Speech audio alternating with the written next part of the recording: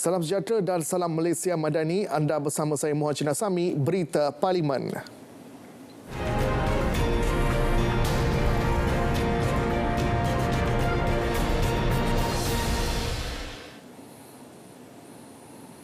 Dewan Negara menyambung sesi penggulungan perbahasan titah diraja. Menteri Komunikasi dan Digital Fahmi Fadzil mengakui seiring dengan perkembangan teknologi dan perubahan perundangan privasi global, Akta Perlindungan Data Peribadi 2020 diteliti dan dikemaskini. KKD menerusi Jabatan Perlindungan Data Peribadi jelasnya dalam proses meminda Akta 709. Antara cadangan pindaan termasuk mewajibkan pengguna data ataupun data user melantik pegawai perlindungan data, melaporkan sebarang insiden kebocoran data kepada Pesuruhjaya Perlindungan Data Peribadi Malaysia dalam tempoh masa yang ditetapkan dan meletakkan tanggungjawab secara langsung kepada pemproses data ataupun data processor untuk melindungi keselamatan data peribadi.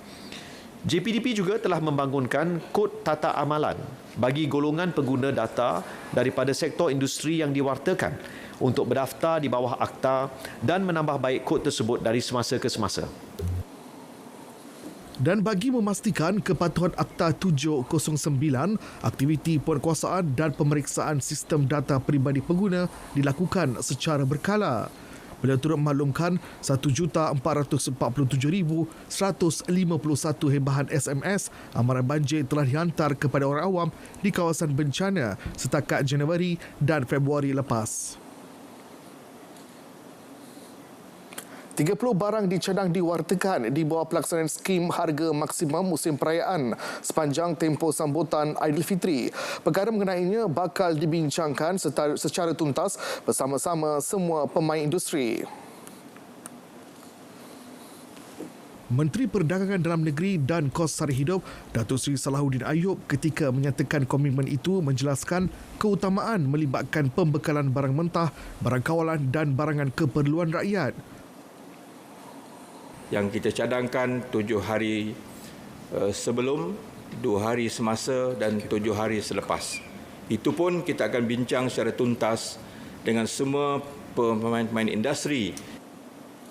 Perkara mengenainya bakal diumumkan minggu depan.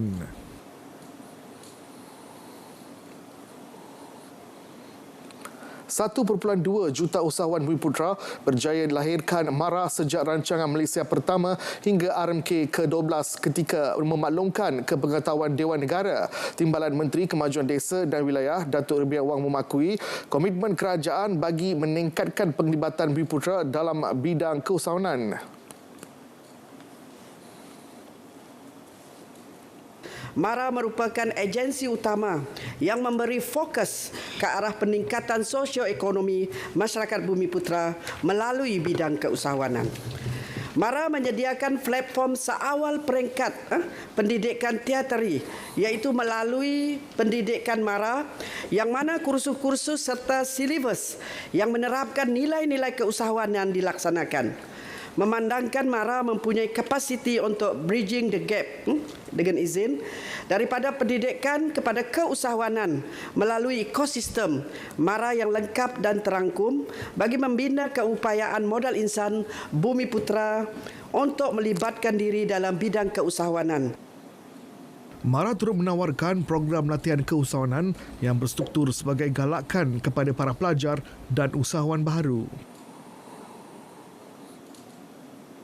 Keputusan kerajaan untuk menamatkan PAS Lawatan Kerja Sementara PLKS bagi 3 subsektor perkhidmatan iaitu tekstil, tukang gunting dan tukang emas pada Jun ini adalah berdasarkan pertimbangan ekonomi. Menteri Dalam Negeri Datuk Seri Saifuddin Nasution Ismail menyatakan keputusan itu juga telah dilakukan hasil maklum balas pihak pemain industri. Penggajian pekerja asing itu kebanyakannya untuk menjadi jurujual atau pembantu jualan. Dan ini tak termasuk dalam sektor 3D yang kita terima sebagai dasar awal untuk membenarkan pekerja asing masuk, iaitu dirty, dangerous and difficult. Kotor, bahaya dan payah. Itu kerana rakyat tempatan kurang berminat. Jadi industri memerlukan pekerja. Tapi bila kita benarkan pekerja diambil, industri tekstil ini, kajian oleh kementerian, oleh kerajaan menunjukkan bahawa mereka berakhir sebagai jurujual atau pembantu jualan. Itu kita rasa perlu diutamakan dulu rakyat tempatan. Beliau turut menyatakan hasil kajian turut mendapati kemasukan pekerja asing bagi ketiga-tiga subsektor berkenaan mampu menjejaskan peluang pekerjaan rakyat tempatan. Sebelum ini, kerajaan mengumumkan PLKS bagi pekerja asing untuk 3 subsektor iaitu tekstil, tukang gunting dan tukang emas dilanjutkan selama 3 bulan lagi sehingga 15 Jun ini. Dua sektor utama menjadi keutamaan Kementerian Ekonomi bagi menambah baik struktur ekonomi negara.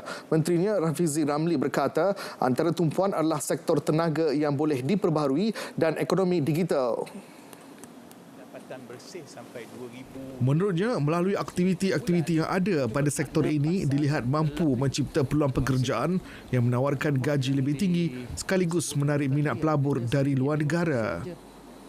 Jadi insya-Allah dengan 3 komponen ini. Pertama, dasar dan fokus kerajaan dalam sektor-sektor bernilai tinggi.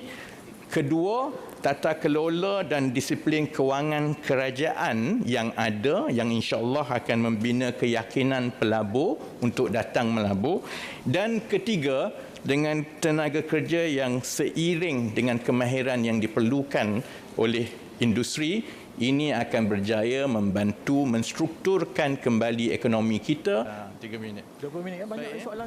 Bagi mempercepatkan pertumbuhan kedua-dua sektor itu, beberapa program dan pelan bakal dilancarkan Kementerian Ekonomi pada April dan Jun depan. Menteri mempercepatkan 2 sektor.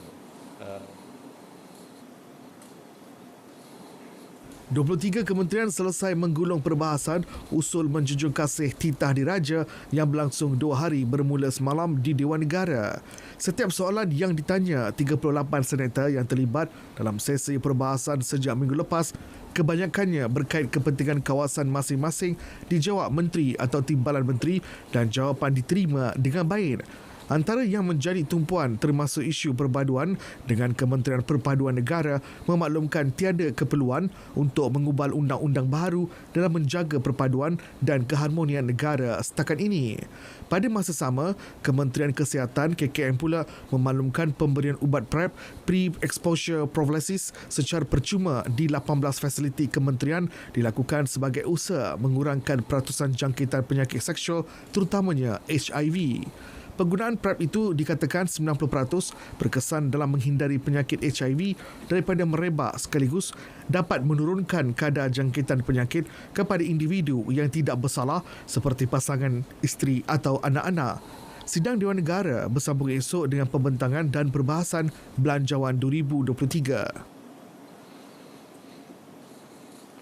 Baik, Dewan Rakyat menyambung semula sesi penggulungan perbahasan Belanjawan 2023 peringkat jawatankuasa. Kementerian Pendidikan sentiasa mencari penyelesaian terbaik bagi menangani isu beg berat. Ke arah itu, beberapa penambahbaikan inisiatif dilakukan bagi menyelesaikan isu berkenaan bagi mensejahterakan kesihatan murid. Menteri Bertanggungjawab Fadina Sidik memberitahu KPM telah melaksanakan penambahbaikan itu secara holistik sejak 2022. Kedua, Yang Berhormat Indra. Pertama, penyediaan loker sekolah rendah kepada semua murid tahap 1 iaitu tahun 1 dan tahun 2 di sekolah rendah yang beroperasi secara 2 sesi. Kedua, penyusunan semula jadual waktu bagi membolehkan guru merancang pengajaran dan pembelajaran secara optimum dengan memperuntukkan masa bagi melaksanakan pendekatan modular dan bertema. Ketiga, ini penting Yang Berhormat, menghadkan penggunaan bilangan buku latihan iaitu tidak melebihi 2 buah buku bagi setiap mata pelajaran. KPM juga telah menyediakan 1 talian adu buli bagi membendung isu buli di sekolah. Beliau turut memaklumkan ke pengetahuan Dewan, KPM secara prinsipnya bersetuju untuk mengembalikan permulaan takwim sesi persekolahan kepada Januari. Bagaimanapun, ia tidak akan dilakukan dalam tempoh terdekat memandangkan pelbagai faktor perlu diambil kira berdasarkan pemantauan Akta Pendidikan 1996. Kementerian Pengajian Tinggi KPT sedia mengadakan sesi libat urus bagi membincangkan pindahan Akta Universiti College Universiti AUKU 1971. Menterinya Datuk Seri Muhammad Khalid Nordin memaklumkan sesi tahun itu bakal diadakan 6 April depan. Maka pihak kementerian seperti yang telah dijanjikan, kita akan mengadakan satu sesi libat urus atau dengan izin town hall pada 6 April yang akan datang. Dan sesi libat urus ini bukan sahaja melibatkan pelajar tetapi wakil pentadbiran universiti, ibu bapa, masyarakat. Sementara itu, bagi menggalakkan pelajar-pelajar memasuki politeknik, KPT telah menyediakan beberapa inisiatif. Antaranya pemindahan terus kredit daripada program politeknik kepada program ijazah.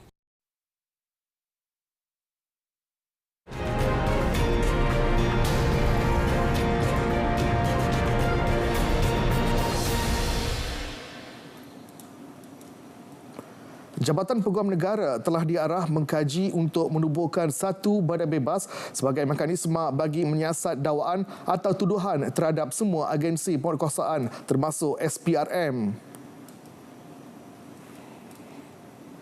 Jelas Perdana Menteri, perkara itu penting kerana jika ada sebarang tuduhan, ada badan bebas untuk menyiasatnya. Jadi sekarang saya telah minta Peguam Negara kaji semula cadangan awal supaya ada mekanisme untuk semua badan penguatkuasaan. Ya, kalau ada pertuduhan khas terhadap pegawai SPRM atau immigration atau custom atau polis, maka ada badan bebas, ya, dalam bentuk sama ada Suruhanjaya, saya belum pasti, tapi sudah ada arahan kepada Jabatan Peguam Negara untuk mengemukakan cadangan supaya badan-badan penguasaan ini tidak menyiasat sendiri, tetapi ada satu badan lain yang bebas yang akan menyiasat. Suruhanjaya Pencegahan Rasuah Malaysia SPRM bebas menjalankan tugas tanpa sebarang campur tangan daripada mana-mana pihak serta tidak tertakluk di bawah arahan Perdana Menteri berdasarkan peruntukan undang-undang sedia ada. Jelas Perdana Menteri, 5 badan pemantau bebas dan profesional telah dilantik bagi memperkukuh kedudukan SPRM. Badan itu ialah Jawatan Kuasa Khas mengenai rasuah, Lembaga Penasihat Pencegahan Rasuah, Jawatan Kuasa Aduan, Panel Penilaian Operasi dan Panel Perundingan Pencegahan Rasuah. Saya tidak bermasalah untuk menimbang SURE, Transparency International dan lain-lain. Saya tidak fikir kita harus menggunakan memperkenalkan perubahan semata-mata dengan SURE ini. Kita juga tentulah sebaik ada perkembangan, SURE ini haruslah dikemukakan kepada Jawatankuasa Pilihan Khas Parlimen untuk meneliti supaya keupayaan SPRM itu akan dapat ditingkatkan dan tidak ada kekangan dan campur tangan yang dibimbangi akan menjejaskan usaha pelaksanaan membantras rasuah. Datuk Seri Anwar menjawab pertanyaan Wakil Masjid Tanah, Datuk Mas Emiati Samsudin berhubung kesediaan kerajaan melaksanakan syur daripada Transparency International Malaysia supaya SPRM diletakkan di bawah bidang kuasa Parlimen dan bukannya di bawah Jabatan Perdana Menteri. Baik, menyentuh mengenai derma dana politik, kerajaan jelas Perdana Menteri terbuka mengenai siasatan, malah tidak menafikan terdapat siasatan dalam kalangan parti blok kerajaan. Namun tegas Datuk Seri Anwar, semua pihak harus memahami undang-undang mengenai derma dana politik dan kaitannya dengan kegiatan rasuah. Tidak ada percanggahan dari sudut undang-undang untuk mana-mana orang derma kepada parti politik. Yang dikaitkan adalah soal kepentingan ataupun unsur rasuah kerana pemberian kontrak dan orang yang memperoleh kontrak itu sama ada dikehendaki atau secara apa juga maksud dia memberikan dana kepada syarikat individu atau parti yang dikaitkan dengan individu berkenaan. Perdana Menteri turut memaklumkan kerajaan sedang mengkaji cadangan untuk pemisahan peranan pendakwa raya daripada peguam negara agar tidak timbul pendakwaan terpilih dan campur tangan politik. Kerajaan yakin mampu menoktakan kemiskinan tegar menjelang hujung tahun ini. Sasaran mampu dicapai menerusi insentif Skim Tunai Rahmah STR, Inisiatif Pendapatan Rakyat IPR dan beberapa kerangka pembasmian kemiskinan melibatkan peruntukan RM64 bilion. STR yang diberikan kepada hampir 9 juta penerima. Saya perkembangkan ini kerana ia mencakup jumlah yang disebut kemiskinan tegar dan oleh kerana semua jabatan dan kementerian yang terlibat ini dikerahkan, saya yakin jumlah 130,000 ketua isi rumah ini mampu kita tangani dalam tahun ini juga, insya-Allah. Perdana Menteri turut memaklumkan kepada Dewan Rakyat kerajaan telah menerima 22,000 permohonan untuk program IPR sejak dibuka sebulan lalu. Ini merupakan perkembangan positif dalam usaha menjana pendapatan rakyat miskin tegar. Kes kebangkrapan tahun lalu menurun kepada 5,695 berbanding tahun sebelumnya 6,554 kes direkodkan. Ia susulan pindahan akta yang menaikkan had minimum keberhutangan dan kempen kesedaran masyarakat berhubung isu muflis yang giat dilaksanakan menerusi media sosial. Jabatan Insolvensi Malaysia turut memindah peruntukan perenggan 5/1/A Akta 360 melalui Akta Insolvensi Pindaan 2020 yang telah diwartakan pada 22 Oktober 2020 dan berkuat kuasa sejak 1 September 2021. Melalui pindaan tersebut, nilai had minima keberhutangan dinaikkan kepada RM100,000. Susulan pindaan tersebut, statistik Jabatan Insolvensi mendapati terdapat penurunan bagi jumlah kes kebangkrapan yang direkodkan. Bermula 1 Mac lalu, kerajaan melaksanakan inisiatif melepaskan individu bankrupt bagi kategori hutang berskala kecil iaitu jumlah tuntutan hutang yang diperakukan RM500,000 dan ke bawah dengan bersyarat. Pelan Hala 7 Perolehan Tenaga Negara bakal lancarkan selewat-lewatnya 30 Jun ini. Keperluan itu bagi mempercepatkan projek perolehan tenaga boleh baharu sekaligus menstrukturkan semula ekonomi. Tumpuan yang kita usahakan dalam tempoh 12 bulan ini adalah kepada beberapa sektor tertentu. Pertama ialah untuk kita mempercepatkan peralihan tenaga dalam ekonomi negara kita. Kerana peralihan tenaga kepada tenaga boleh baru bukan saja menepati kehendak ekonomi global, tetapi ia juga menjamin kedudukan bekalan tenaga negara di masa akan datang, dan ini kita yakin akan menyuntik lebih banyak pelaburan ke dalam ekonomi negara. Tumpuan Kementerian Ekonomi juga terarah untuk mewujudkan ekosistem syarikat pemula yang lebih inklusif dan mampan dalam melonjakkan kadar inovasi kepada pertumbuhan ekonomi negara. Ini pula mengenai Digital Nasional Berhad DNB. Sehingga Disember 2022, 219 kontrak telah ditandatangani DNB melibatkan nilai keseluruhan RM7.8 bilion. Menteri Komunikasi dan Digital Fahmi Fadzil berkata, daripada angka tersebut, perolehan 138 kontrak adalah secara bidaan kompetitif atau tender terhad bagi 97% daripada keseluruhan nilai kontrak. Manakala 77 kontrak yang bernilai 3% daripada keseluruhan nilai kontrak yang dianugerahkan secara rundingan terus pada tahun 2021. Ketika itu, DNB baru ditubuhkan dengan matlamat melaksanakan rangkaian 5G dalam jangka masa singkat. Kerajaan semestinya menghormati prinsip dengan izin sanctity of contract.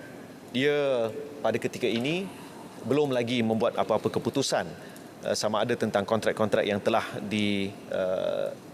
dilaksanakan ataupun telah ditandatangani sebelum ini. Walau apapun, Yang Amat Berhormat Perdana Menteri telah memberi penegasan bahawa ke depan semua kontrak ataupun semua kontrak-kontrak ini akan dilaksanakan secara tender terbuka. Tidak ada lagi direct nego. Komitmen kerajaan negeri dituntut bagi mengenal pasti projek yang sesuai dan berupaya untuk dipulihkan tahun ini bagi memelihara kesejahteraan pembeli rumah yang terjejas. Timbalan Menteri Pembangunan Kerajaan Tempatan Ahmad Nasrullah memaklumkan sehingga bulan lalu 145 projek perumahan swasta lewat dari kemajuan semasa dan 436 projek pula dikategorikan sebagai sakit daripada 3,117 projek perumahan swasta berlesen. Daripada keseluruhan projek tersebut, sebanyak 20 projek perumahan swasta sakit telah berjaya diselesaikan sehingga menerima sijil perakuan siap dan pematuhan CCC. 6 projek sakit pula telah dipantau rapi sehingga dikategorikan sebagai projek lancar. Ini merupakan pencapaian positif sejak penubuhan jawatankuasa projek perumahan swasta sakit dan terbengkalai. Bagaimanapun, beliau juga tidak menafikan statistik projek perumahan swasta lancar, lewat dan sakit sentiasa mengalami perubahan status kemajuan setiap bulan disebabkan oleh data yang dinamik dan pertambahan projek baru. Contohnya kerajaan negeri yang telah ada jawatankuasa yang khusus untuk menilai keadaan projek terbengkalai dan juga sakit ini adalah Kerajaan Negeri Selangor dan kemudian di bawah Perbadanan Kemajuan Perumahan Negeri Johor. So melalui kaedah ini, melalui adanya peruntukan yang kita tawarkan untuk tahun 2023, kita mengharapkan juga kerajaan-kerajaan negeri dapat juga menubuhkan jawatankuasa khas terutamanya negeri yang ada projek sakit dan terbengkalai ini bagi memastikan kelancaran usaha kita untuk memulihkan projek terbengkalai. Tidak wujud kartel atau monopoli dalam industri gula, tetapi duopoli iaitu syarikat MXN dan CSR. Menurut Timbalan Menteri Perdagangan Dalam Negeri dan Kos Sara Hidup Fuzia Saleh, kerajaan mengawal harga gula putih bertapis iaitu RM2.85 untuk gula kasar dan RM2.95 untuk gula halus.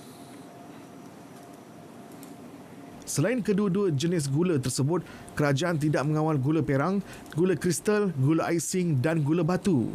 Izinkan saya memberi sedikit penjelasan berkenaan dengan kegunaan istilah yang selalu diguna pakai oleh ahli parlimen yang kadang-kadang tidak menepati kegunaan istilah tersebut. Yang pertama ialah berkenaan dengan perkataan monopoli. Monopoli ialah keadaan di mana hanya ada satu pemain sahaja di dalam satu-satu industri, iaitu monopoli. Jadi semua industri yang disebut oleh Tasik Gelugur seperti simen, ayam, telur, gula ni bukan monopoli, Datuk yang Ketua. Kedua, monopoli tidak menyalahi undang-undang kerana Malaysia tidak ada undang-undang anti monopoli, Datuk yang Ketua. Kemudian yang ketiga, monopoli menjadi salah apabila pemain industri menyalahgunakan kedudukan mereka yang dominan dan mereka mendominasikan keadaan dalam pasaran. Suruhanjaya Persaingan Malaysia MyCC sentiasa memantau pasaran bagi memastikan syarikat dominan tidak membuli pemain industri yang kecil dan mengekalkan iklim persaingan yang sihat di Malaysia demi kebaikan pengguna dan ekonomi negara. MyCC sedang aktif menyiasat lebih 500 syarikat atas dakwaan terlibat dalam kartel tipuan bidar berkaitan perolehan kerajaan melibatkan lebih RM2 bilion. Perolehan kerajaan yang menjadi fokus penyiasatan MyCC itu adalah sektor perkhidmatan, makanan, pembinaan dan pembekalan. Isu kos sara hidup antara yang dibangkitkan dalam Dewan Negara. Sekurang-kurangnya tempoh 6 bulan perlu diberikan Kementerian Perdagangan Dalam Negeri dan Kos Sara Hidup KPDN bagi merangka pelan jangka sederhana. Dalam tempoh tersebut, KPDN akan merangka beberapa idea atau program untuk dilaksanakan dalam tempoh jangka panjang. Bin Haji Mazlan, Timbalan Menteri Kewangan. Contohnya kita telah mengekalkan subsidi petrol, diesel dan LPG yang berjumlah 25.6 bilion, minyak masak 2.4 bilion untuk tahun 2022, tarif elektrik 5.8 bilion, bantuan tunai yang diumumkan dalam belanjawan berjumlah 9.5 bilion ringgit Malaysia. Di samping itu, kita telah mendepani isu day-to-day bisnes dengan rakyat ini dengan melakukan banyak inisiatif di bawah payung ramah. Soalan saya nombor 3. Silakan Menteri. Isu ketirisan tabih urus turut dibangkitkan. Timbalan Menteri Kewangan 1, Datuk Seri Ahmad Mazlan menyatakan kerajaan telah menetapkan tata cara dan prosedur kewangan di dalam Akta Tata Cara Kewangan 1957, Semakan 1972 dan Perkeliling Perbendarahan. Pegawai awam perlu mematuhi tata cara perolehan semasa yang ditetapkan agar perolehan yang dapat dilaksanakan dapat memberi nilai faedah terbaik kepada kerajaan. Tata cara perolehan yang disediakan juga telah mengambil kira elemen integriti di mana semua pihak yang terbabit bermula daripada jawatankuasa penilaian teknikal sehingga lembaga perolehan agensi dikehendaki untuk mengisytiharkan kepentingan persendirian atau kepentingan terletak hak serta perlu menandatangani Integrity Pact sebagai usaha untuk mengelakkan ketirisan, penyelewengan dan salah guna kuasa. Kerajaan turut memutuskan mengambil langkah khusus dalam memerangi penyalahgunaan kuasa dan ketirisan dalam perolehan kerajaan dengan cadangan untuk merangka Rang Undang-Undang Perolehan Kerajaan RUUPK. RUUPK ini digubal dengan objektif untuk mewujudkan satu bentuk perundangan bagi mengawal selia proses perolehan kerajaan, memperincikan kuasa-kuasa pihak berkepentingan di bawah akta dan mewujudkan mekanisme semak dan imbang demi memastikan tata kelola yang baik serta memenuhi amanah terbaik antarabangsa. Kelewatan pembukaan semula sempadan antarabangsa adalah antara faktor utama penurunan kedudukan Malaysia dalam ranking daya saing dunia WCR Institut Antarabangsa bagi Pembangunan Pengurusan IMD 2022. Menurut Menteri Perdagangan Antarabangsa dan Industri Tengku Datuk Seri Zafrul Tengku Abdul Aziz, trend penurunan ranking WCR jelas dilihat kepada negara-negara yang lewat membuka semula sempadan antarabangsa kerana pandemik COVID-19. Malaysia berada pada kedudukan ke-32 dalam WCR IMD 2022 berbanding tangga ke-25 pada tahun 2021.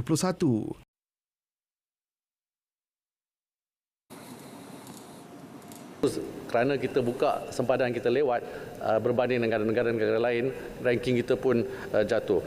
Dan juga ada sebab-sebab lain yang menyebabkan daya saing kita pun turun daripada sebelum ini.